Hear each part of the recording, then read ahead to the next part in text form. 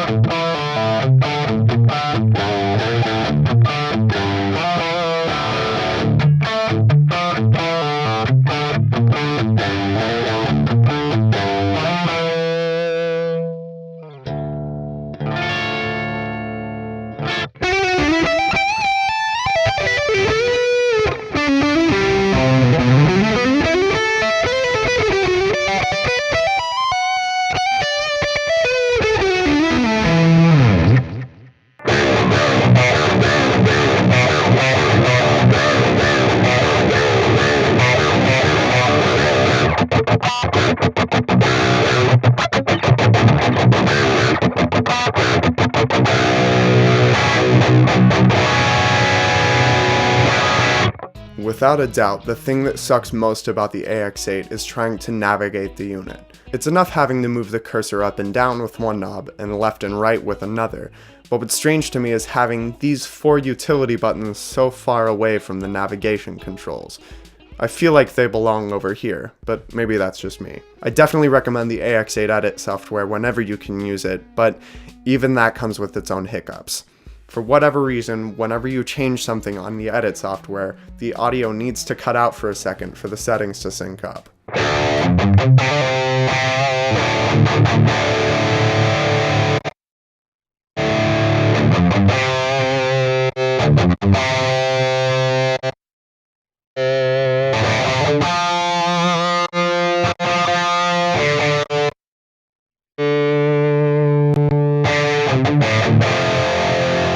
This is incredibly frustrating because it's a lot easier to edit using the software, but it's hard to focus when the audio is skipping. My 11 rack doesn't do this, so I'm kind of disappointed that this is happening with a higher end unit. Moving on. Of course, the elephant in the room is the new Line 6 Helix.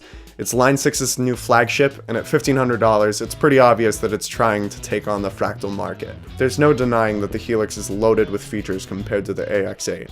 Has a built-in expression pedal, a USB audio interface, and a gorgeous UI, and the AX8 has none of those things. But I think Fractal made a really good choice by excluding those things, and here's why. The AX8 is $100 cheaper than the Helix. With that money, you could buy an expression pedal, or a small audio interface, or neither if you don't need them. That's the important thing, is that you aren't buying things that you don't need here. The Helix has stuff like Variax, Line 6 link, AES EBU, and a microphone preamp. And I guess all of those things have their uses, but most guitar players don't need any of those things. Not one of them. So why should we pay for them? Fractal focused more on the software department. You can tell, because the Helix right now has 45 amp models, while the Fractal has 243. That's more than 5 to 1. And you could say, yeah, you'll never use that many amp models, and you're totally right. But wouldn't you rather have more sounds to select from than have a bunch of ports that you'll never use? Plus, these amp models are pretty dope. Cliff Chase, the guy who runs Fractal Audio, made a really good write-up on the differences between the Helix and the Fractal stuff that I'll link to in the description down below. I urge you to read through it if you're considering either of these units. I can't make a true judgment on the Helix because I haven't sat down with one yet, and who knows, it really might sound as impressive as this one does. I really want to find out. But until then, all I can say is that the AX8 has definitely made this fractal sound more attainable. I mean, $1,500 still isn't cheap, but nothing else even comes close as far as the sheer number of amp models available. Now, as to whether or not this sounds significantly better than everything else, that I can't say until I compare it side by side to its competitors. I'll definitely be making more videos on the AX8 in the future, so make sure to subscribe if you're interested. That about does it for this. Thank you for watching. Make sure to leave me a like or a comment down below, and I'll see you next time.